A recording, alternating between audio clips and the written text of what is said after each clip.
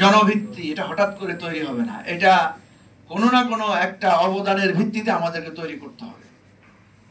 এবং আপনারা জানি না যে আমাদের আসলে জনভিত্তি কি। কারণ আমি যদি আমার দলের কথা বলি, আমার দল তো এই প্রথম, আমি কোনো ভোটেই তো অংশগ্রহণ করি না, এবারই হবে আমাদের প্রথম ভোট। গত 15 বছরে তো আমি মনে করি আপনারা কেউই নির্বাচনে অংশ নেন নাই।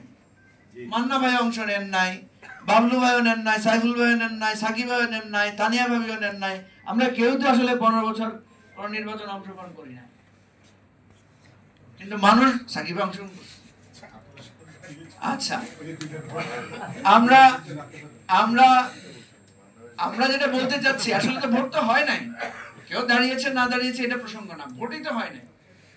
প্রসঙ্গ কথা হচ্ছে যে আমাদেরকে যারা বলে যে আপনাদের তো ভোট নাই, আপনাদের দলের তো ভিত্তি নাই, আমি এটা মাথা পেতে গ্রহণ করি। কারণ আমি তো ভোটে অংশগ্রহণ করি না, আমার ভোট থাকবে কোথায়? সেজন্য আমি বারবার বলি, চলেন সবাই একসাথে হয়ে একটা বার অন্তত প্রমাণ করি যে আমাদের ভোট আছে কিনা নাই। এটা আমরা তো মানুষের কাছে যাই নাই এখনো। সুতরাং আমার কথাগুলো এখানে হয়তো আপনাদের অনেকের কাছে ইররিলেভেন্ট মনে হতে পারে। আমি কেন বললাম যে মাওলানা ভাসানী এখানে বাধা? কারণ মাওলানা ভাসানী কখনো নির্বাচনে অংশগ্রহণ করেন নাই, বা করেছেন